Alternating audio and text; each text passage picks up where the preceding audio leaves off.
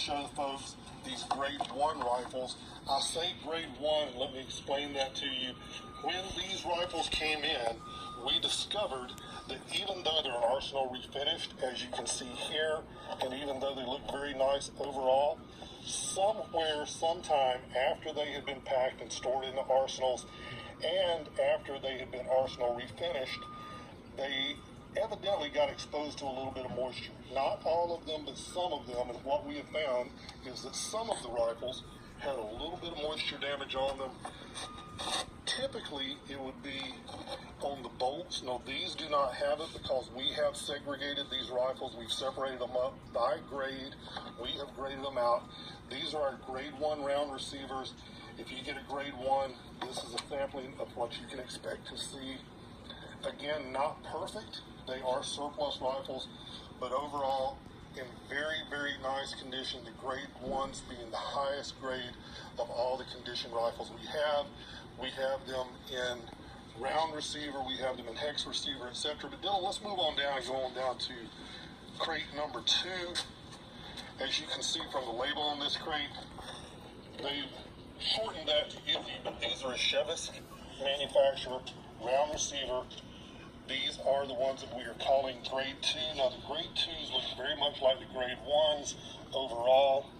You can see the nice stocks on them. They have been arsenal refinished and so forth. So I see Dylan is scanning that now.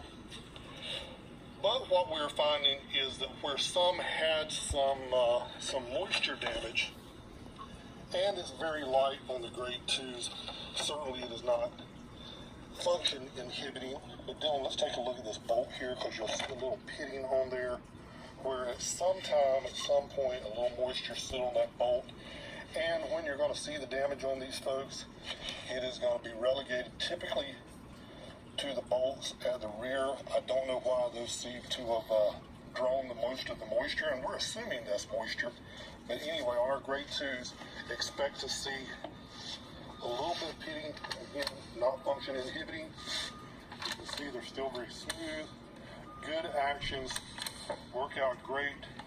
But on the bolt itself, is the light good enough to pick that up, Dylan? If I hold it real still? All right, very good. Grade 2s, you're going to see a little bit of that pitting damage. You may see a little bit on the bluing, but we're seeing most of it on the bolt itself. Let's move on over to our grade 3s. This is our lowest grade. These happen to be Tulas.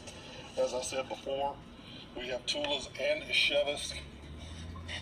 And this is a good example of the 3s. You will see where there's even a little more moisture damage here. This one has some on the receiver. It's been blued over. Oh look, it's my gun. And of course, on the bolts themselves. And that will be a little heavier on these grade 3s. Again, should not be anything that is function inhibiting, but do expect to see some moisture damage on the bolts, particularly on the grade 3s. Now again, these will be priced according to the condition. That's nicer than mine. Haven't seen anything with the bores that are wrong, haven't seen anything with the barrels. Primarily it's been relegated just to the bolts themselves and a little bit on the bluing. We always like to show the roughest of the rough. This here would be an example of the roughest of the rough. This one has a very rough stock, has a little rust and moisture damage here on the bolt. It's nicer than mine. But again, a very functional rifle still, and the price will reflect the condition.